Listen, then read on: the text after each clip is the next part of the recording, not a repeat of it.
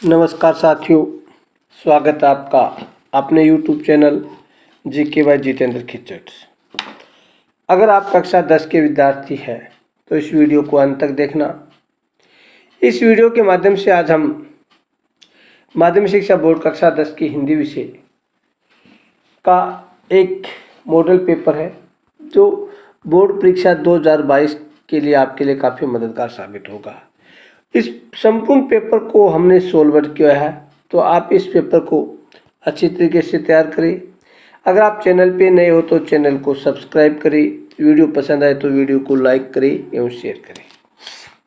आज का हमारा पहला प्रश्न है खंड ए में निम्नलिखित अपठित गद्यांश को पढ़कर प्रश्नों के उत्तर लिखने। इनमें से 5 प्रश्न पूछे जाएंगे, पांचों प्रश्नों के उत्तर इसी गद्यांश में दिए गए हैं, तो आपको ध्यानपूर्वक पढ़ना है।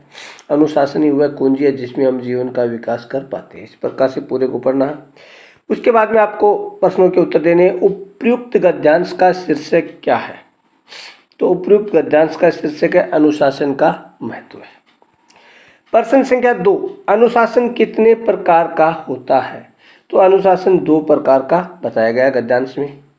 प्रश्न संख्या 3, व्यक्ति के जीवन का सघन साधना का काल है, यानी व्यक्ति के जीवन में सघन साधना का काल है विद्यार्थी जीवन। उसके बाद प्रश्न संख्या 4 है अनुशासन के प्रमाण है। तो अनुशासन के प्रमाण है उपरोक्त सभी, यानी सूर्य का नित्य प्रतिनय की दिशा में उगना उसका अनुशासन है, समुद्र में ज्वार भाटा आने पर ही मर्यादित रहना, पृथ्वी का सूर्य के चारों ओर चक्कर लगाना। उसके बाद व्यक्ति के जीवन में किसका गहरा महत्व है? तो व्यक्ति के जीवन में अनुशासन का गहरा महत्व है। उसके बाद निम्नलिखित अपठित काव्यांश को पढ़कर प्रश्नों के उत्तर देना। वह स्वाधीन किसान रहा, अभिमान भरा आंखों में इसका छोड़ उसे मझधार, आज संसार ककार सहरा, वह किसका लहराते हुए खेत तंगों में हुआ देख बेदखल। अब जिनकी हस्ती थी उनके जीवन में हरियाली, जिनके तृण तृण में आंखों में घुमाकर था। यानी इस काव्यांश को पढ़ना है और काव्यांश को पढ़कर आपको प्रश्नों के उत्तर देने हैं। तो प्रश्न संख्या 6, उपयुक्त काव्यांश का उचित शीर्षक क्या है? तो उपयुक्त काव्यांश का उचित शीर्षक है वे आंखें, यानी किसान की आंखों के बारे में बताया गया है। 7, इस काव्यांश में किसकी पीड़ा का वर्णन किया गया है? तो इस काव्यांश में किसान की पीड़ा का वर्णन किया गया है। प्रश्न संख्या 8, कारकुन का शाब्दिक अर्थ है। कारकुन का शाब्दिक अर्थ क्या है? जमींदार का कार्मिक। उसके बाद आंखों का तारा होना, अत्यधिक प्रिय होना। उसके बाद प्रश्न संख्या 10, काव्यांश में वर्णित पीड़ित वर्ग की आंखों में चमक कब आती है?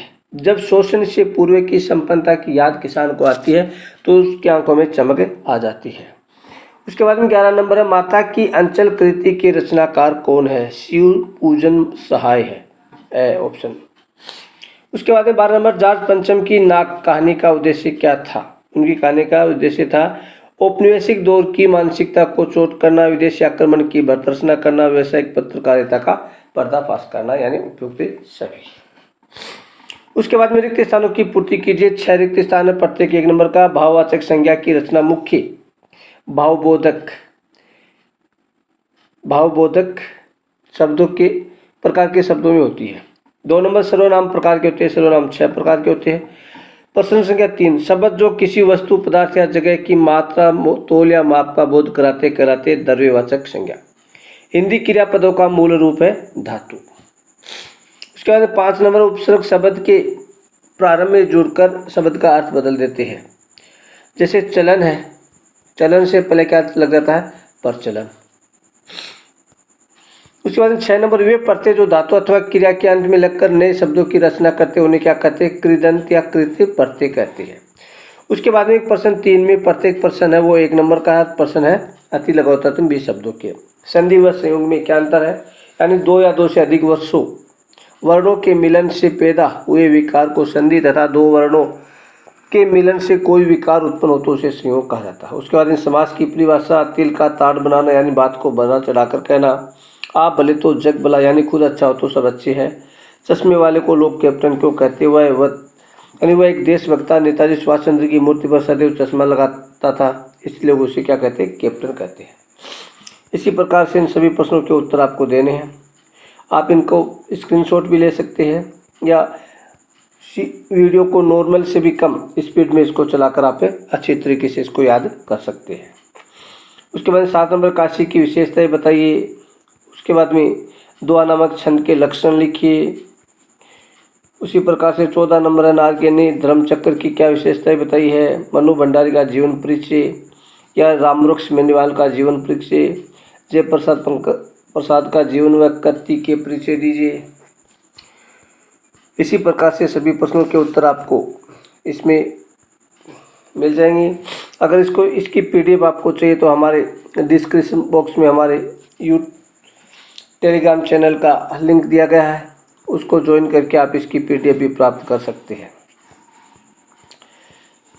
प्रश्न संख्या 19, बाल गोविंद भगत को साधु क्यों कहा गया है, विस्तार से समझाइए।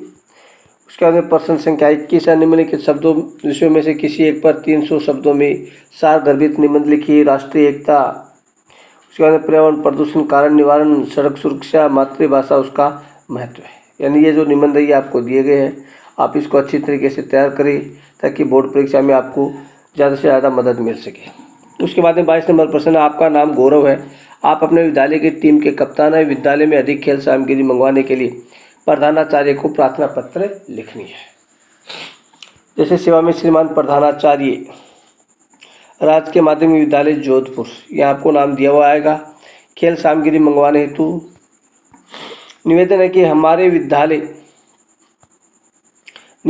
हमारे विद्यालय में खेल सामग्री का नितांत अभाव है, जिसकी वजह से हम सभी विद्यार्थियों को असुविधा हो रही है। Volleyball, net, football, badminton ranking पुरानी व टूटी फूटी पड़ी है, इसलिए थोड़ी बहुत ठीक है, वह स्टोर में रखी है कि जिसे भी नहीं दिया जाता। इस कारण विद्यालय की खेल गतिविधियाँ लगभग बंद पड़ी है। अतः आपसे निवेदन प्रार्थना की खेल संबंधी कठिनाइयों का निवारण करने खेल सामग्री मंगवाने की कृपया करें, धन्यवाद। दिनांक 10 मार्च 2022, प्रियांशी कक्षा 10।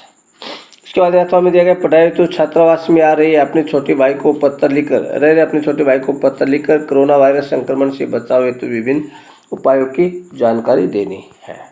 यानी अपने छोटे भाई को एक पत्र लिखना। 23 नंबर, आपका मित्र फूलों से बनी वस्तुएं, गुलदस्ते, हार, मालाएं आदि की बिक्री बढ़ाना चाहता है, उसकी सहायता के लिए एक विज्ञापन तैयार कीजिए। जैसे मीना पुष्प भंडार, यहाँ पर सभी प्रकार के फूलों से बने हार, गुलदस्ते एवं ताज़ा फूलों की मालाएं उपलब्ध है। हर समय और हर जगह पहुँचाने की निःशुल्क व्यवस्था है। या कला अंकुर संस्था की कलावधि में कुछ चित्र बिक्री के लिए उपलब्ध है, इसे तो एक विज्ञापन देना। कला अंकुर संस्थान ऑयल चित्रों की प्रदर्शनी, कला विधि में ऑयल चित्रों की सुंदर प्रदर्शनी बिक्री हेतु रखी गई है। आप सभी इस कला प्रदर्शन में आमंत्रित है। आयोजक 99 प्रातः 11 बजे से समय, कला अंकुर संस्थान A124J उदयपुर। ये था आज का हमारा हिंदी अनुवाद कक्षा 10 का पेपर, जो आपकी बोर्ड परीक्षा के लिए काफ़ी मददगार साबित होगा। तो सभी विद्यार्थी इस पेपर को अच्छी तरीके से तैयार करें एवं GK by Jitendra Khichar YouTube channel को ज़्यादा से ज़्यादा लाइक, शेयर एवं सब्सक्राइब करें। इसी के साथ जय हिंद, जय भारत, जय जय राजस्थान।